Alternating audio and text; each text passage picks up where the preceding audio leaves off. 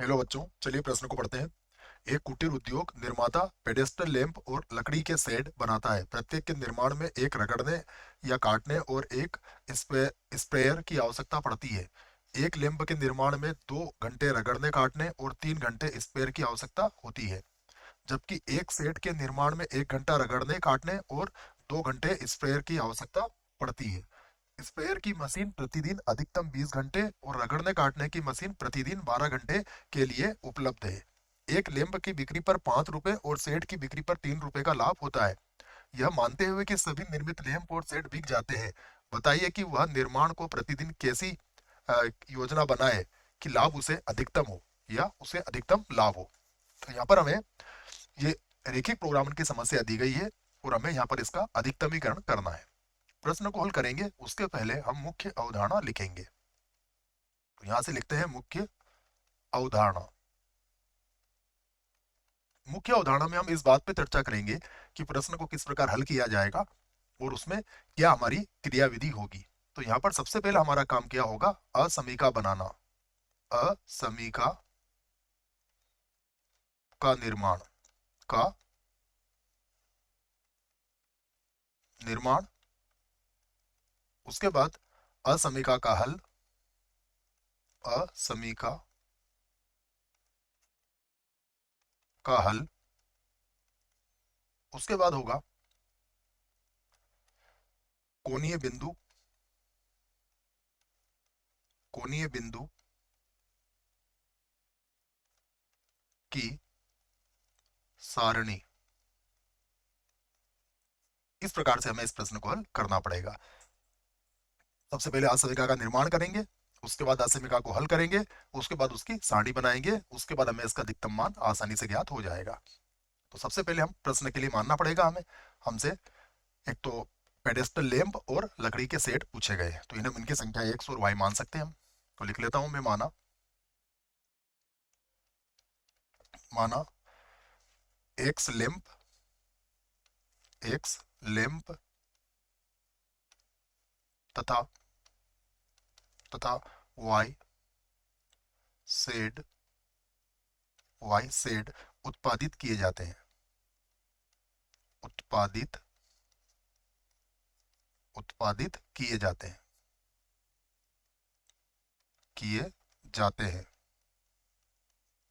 ये हमने मान लिया, जाते हैं। तब तब एक्स भी 0 या 0 से बड़ा होगा और वाई भी 0 या 0 से बड़ा होगा, ये हमने मान लिया है। सबसे पहले हमें उद्देश्य फलन ज्ञात करना होगा। तो हम उद्देश्य फलन लिखते हैं इसका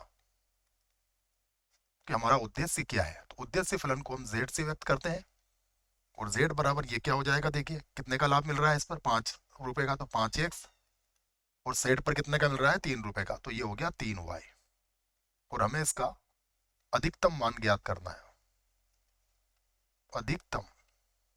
इसका अधिकतम मान हमें ज्ञात करके बताना है। इसके बाद अब हम लिखेंगे इसके प्रतिबंध। तो यहां से लिखते हैं इसके प्रतिबंध।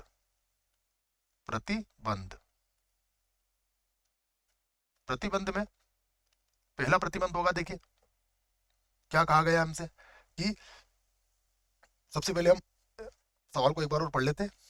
देखिए सबसे पहले हम बात करते हैं रगड़ने और काटने की मशीन की। तो रगड़ने और काटने की मशीन कितने घंटे उपलब्ध है? 12 घंटे उपलब्ध है। ठीक है, अब देखते हैं रगड़ने और काटने के लिए सबसे पहले हमें क्या लगता है? 1 घंटा। प्रत्येक निर्माण में एक रगड़ने और काटने और एक मिनट बच्चों, है ना, शुरू से पढ़ लेते हैं इसको। प्रत्येक के निर्माण में एक रगड़ने काटने और एक स्पेयर की आवश्यकता पड़ती है। एक लैंप के निर्माण में 2 घंटे रगड़ने और काटने के लिए। तो बच्चों को रगड़ने काटने के लिए 2 घंटे तो यहाँ लग रहे हैं, और उसके बाद सेट के निर्माण में 1 घंटा रगड़ने और काटने में लग रहा है। इसका मतलब 2x प्लस वाई हो जाएगा ये। तो ये हो जाएगा 2x प्लस वाई। ये रगड़ने काटने का समय हो गया, और ये समय कितना हो सकता है? अधिक से अधिक 12 घंटे, जैसा कि प्रश्न ने कहा है। उसके बाद अब बात करते हैं स्प्रेयर की। तो देखिए स्पेयर के लिए हमें कितना चाहिए?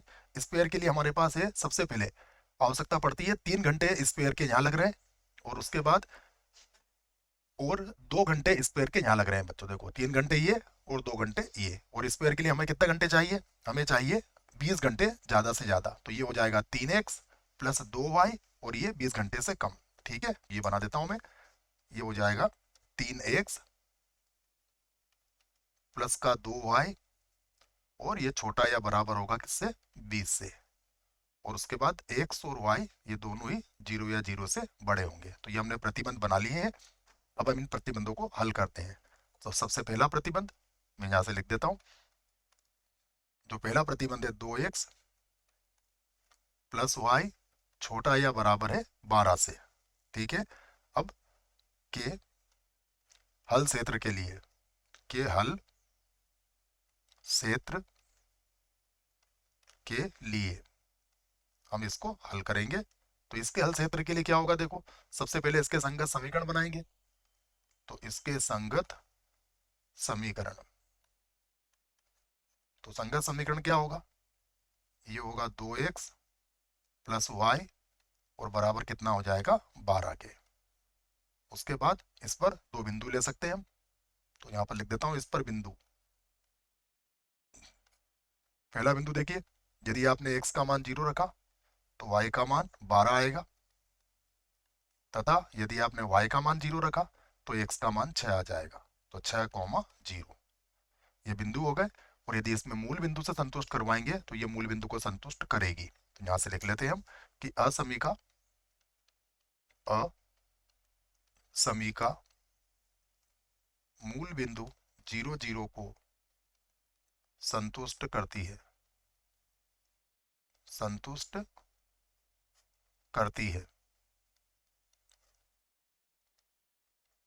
अब हम यहां से इसका दूसरा प्रतिबंध लिखेंगे।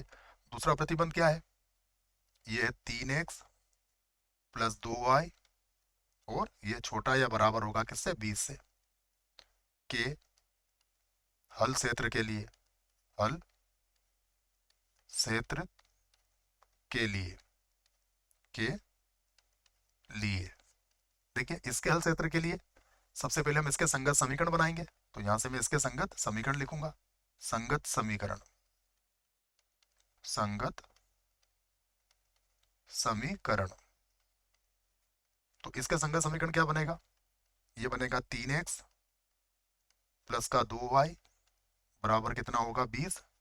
इससे समीकरण 2 बना देंगे। और अब सबसे पहले इस पर बिंदु लेंगे। तो इस पर बिंदु देखिए, जब बिंदु की बात करेंगे तो पहला बिंदु क्या है, x का मान 0, तो y का मान कितना आ जाएगा, 10। तथा यदि आपने y का मान 0 रखा तो x का मान कितना होगा, 20/3, और y का मान आपने 0 रखा है। यदि इसको मूल बिंदु से संतुष्ट करवाया तो ये करेगी। तो असमीका मूल बिंदु अर्थात 0, 0 को संतुष्ट करती है, संतुष्ट करती है। ये भी हमने लिख दिया, ये मूल बिंदु को संतुष्ट करती है। तीसरा अवरोध देखते हैं। तीसरा अवरोध है, यहां पर लिखेंगे हम x 0 या 0 से बड़ा है, y भी 0 या 0 से बड़ा है, का हल क्षेत्र, का हल क्षेत्र प्रथम चतुर्थांश में, प्रथम चतुर्थांश, प्रथम चतुर्थांश में होता है, में होता है। ये हमने सभी असमीकाओं को यहाँ पर हल कर लिया है। ठीक है, अब हम इससे संबंधित क्या करेंगे, एक आलेख यहाँ पर बनाएंगे। तो मैं यहाँ से इसके लिए आलेख बना देता हूँ। ये हमने इसके लिए यहाँ से एक आलेख बना दिया। ये लीजिए, ठीक है, ये आलेख बना लेंगे हम एक्स एक्स और वाई एक्स की सहायता से। ये मूल बिंदु होगा जो कि 0, 0, ये एक्स अक्ष, ये होगा वाई अक्ष, ये होगा एक्स डैश, और ये होगा वाई डैश। अगर हम ध्यान से देखें तो हमें कहाँ तक जाना है, 12 तक जाना है, तो 2, 2 का अंतर ले लेंगे। तो 2, 4, 6, 8, 10, 12। यहाँ भी यही करते हैं, 2, 4, 6, 8, 10 और 12। अब हम पहला बिंदु देखते हैं क्या है हमारे पास। तो पहला बिंदु था 0,12 और उसके बाद 6,0। तो 0,12, यह है बिंदु 0,12। उसके बाद 6,0, यहाँ पर बिंदु मिलेगा 6,0। दोनों को मिलाती हुई हम एक रेखा खींच सकते हैं। ये खींच दी हमने और ये लिख देते हैं हम। ये क्या थी हमारे पास, 2x प्लस का y छोटा या बराबर था किससे, 12 से। अगला बिंदु देखते हैं। अगला बिंदु है 0,10। तो 0,10, 2, 4, 6, 8, 10, ये बिंदु होगा हमारे पास 0,10। 0,10। और अगला बिंदु क्या है, ये बिंदु है हमारे पास 20। तो 3 छंग 18, 3 सतह 21, मतलब 7 से कम होगा ये। ठीक है, तो 7 से कम कहाँ मिलेगा आपको, ये 6 है तो ये 7 यहाँ पर कहीं पर मिल जाएगा। यहाँ पर मान लेते हैं हम इसको इसको। तो ये हो जाएगा 20/3। कितना है ये, 20/3 है, जैसा हमने वहां पर ज्ञात किया है। इसको लिख देता हूं मैं। ये है 20/3,0। और इसे मिलाती हुई भी हम एक रेखा खींच सकते हैं। ये कुछ इस प्रकार से हो जाएगी रेखा। इसको यहाँ आगे बढ़ा दो। तो ये क्या था, ये था 3x प्लस का 2y छोटा या बराबर है 20 से। अब ये दोनों ही रेखाएं मूल बिंदु को संतुष्ट करती है और प्रथम चतुर्थांश में हमारा उत्तर है। तो ये हमारा छायांकित भाग हो जाएगा। ये होगा हमारा छायांकित भाग, जिसे हम कहेंगे सुसंगत हल क्षेत्र। तो इसे हम सबसे पहले बिंदु ए यहाँ लिख लेता हूं मैं। ये बिंदु बी हो जाएगा और ये बिंदु हमारा सी हो जाएगा। बिंदु बी हमें ज्ञात करना है, उसके लिए हमें समीकरण 1 और 2 को हल करना पड़ेगा। तो यहां से लिख देता हूं मैं समीकरण 1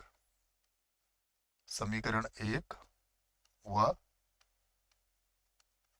समीकरण 2 को हल करने पर हल करने पर तो समीकरण 1 और 2 को हल करेंगे तो हम क्या करते हैं, 2x प्लस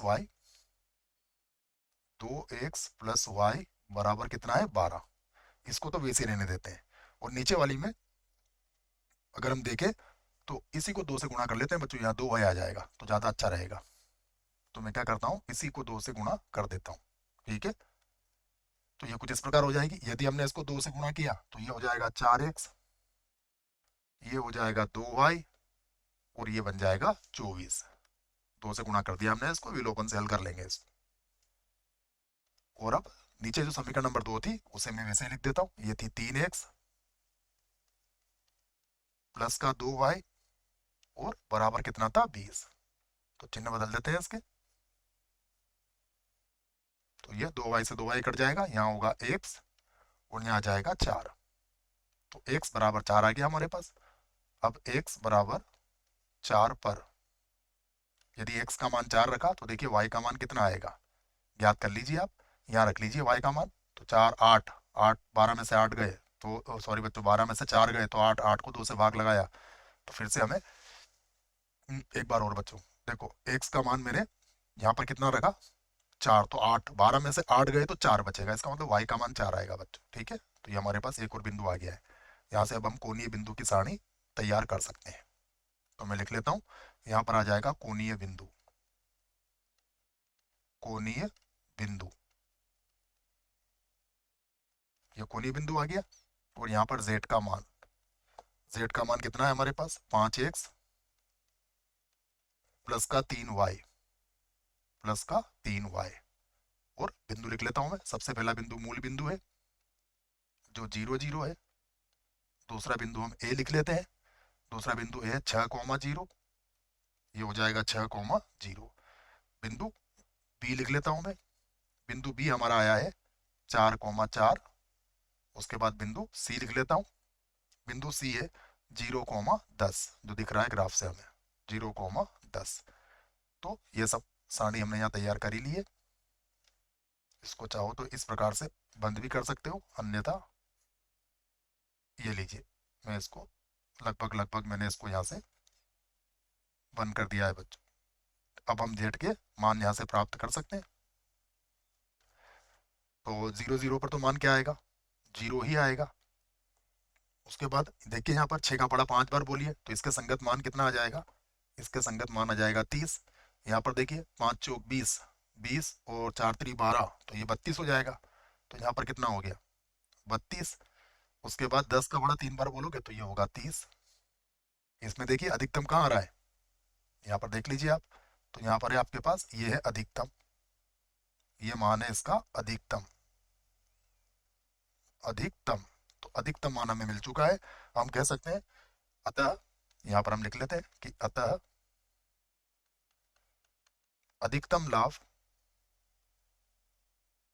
अधिकतम लाभ कितना, 32 रुपए के लिए, के लिए क्या करना पड़ेगा हमें, 4 लैंप के लिए, 4 तो हमें क्या बनाना पड़ेंगे, लैंप, 4 लैंप तथा 4 शेड। 4 कॉमा कितना है बच्चों, 4 कॉमा 4 ही है ना, हाँ तो ये भी हो जाएगा 4, 4 शेड, शेड प्रतिदिन, प्रति प्रतिदिन उत्पादन, प्रतिदिन उत्पादित, उत्पादित भी लिख सकते हो, उत्पादित करना है, करना है, उत्पादित करना है। तो ये आपके समझ में आ गया होगा बच्चों। आशा करता हूँ प्रश्न का उत्तर अच्छे से समझ में आया होगा। धन्यवाद।